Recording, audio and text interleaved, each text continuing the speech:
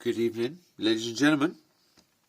We have got the MPU4 that works in there. I did write down about the bulbs because I remember saying about Tim having fixed it and whatever beforehand.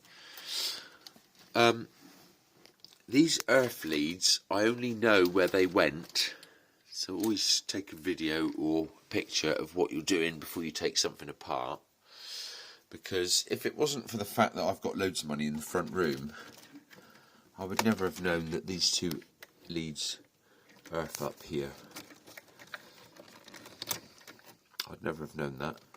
And as Gav pointed out, in anybody that does these machines, you've got to make sure they're earthed for safety's sake, and mainly for safety's sake, but also the operation of the machine as well.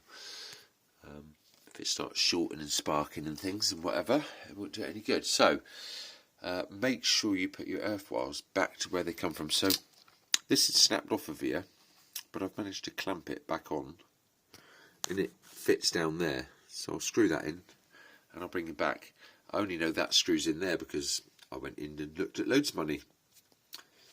When I took this apart, I do know I had that machine next door with the same cabinet, but if I didn't have, there's a few things that I definitely would have needed to have took photos of, or a video of even, before I took it apart. Right. The power supply I reconditioned. There's new capacitors in there because they were swollen to hell. You can see there. No, that's nice and shiny top there, that one. It switches on as normal. What I'll do is switch the MPU4 on without the game card in, so that if it is going to blow up and fry stuff, I don't blow up and fry my program card. But that buzzed and sounded fine. Me and Gav switched it on one day when he was here doing a few bits to the cabinet, I think, actually. So, yeah, Steve Stritty's big shout, buddy. It was a wreck when I got it, but I bought it knowing it was a wreck.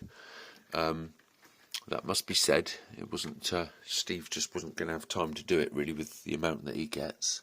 And I love these old bar crests, so we've battled away with it. There's a little bit more tidies up and things. I've bloody chipped this by pulling the door off, but like you can see, this didn't have a lock in it. There was nothing there. That was all ripped out, you know. So it's a lot better than what it was. Right, I'll bring you back in a minute as we're about to switch it on. And now, of course, it's got the coin mech in it. There's a little orange clip up through there which I was missing. Cost me a few quid, but a big shout to that guy as well. He was very helpful. Said he's got some more spares and stuff if I should need it. Anyway, so this could be the resurrection of Tic Tac Cash, or the demolition, which depends what happens down here, doesn't it? Right, okay, one of those up there wasn't tight enough, so we've tightened that up. We've screwed that one on to down there. That's all nice and tight. These aren't fitted in yet, because I had to move the stand and the power supply. So they both need screwing in, but for the minute, they're there. Okay, let's switch this on. As long as this red one and the reels are plugged in right. I haven't touched any of that up the top there. There's a button not working. There's a test switch that wasn't in it that I fitted back in it. So it's a good job I'd had loads of little bits lying around, because I'd never have got this done if I hadn't kept stupid little things. Right, see what happens.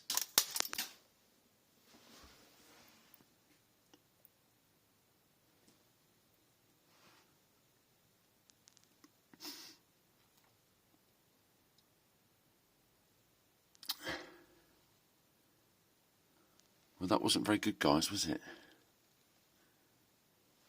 I think you've seen what happened there.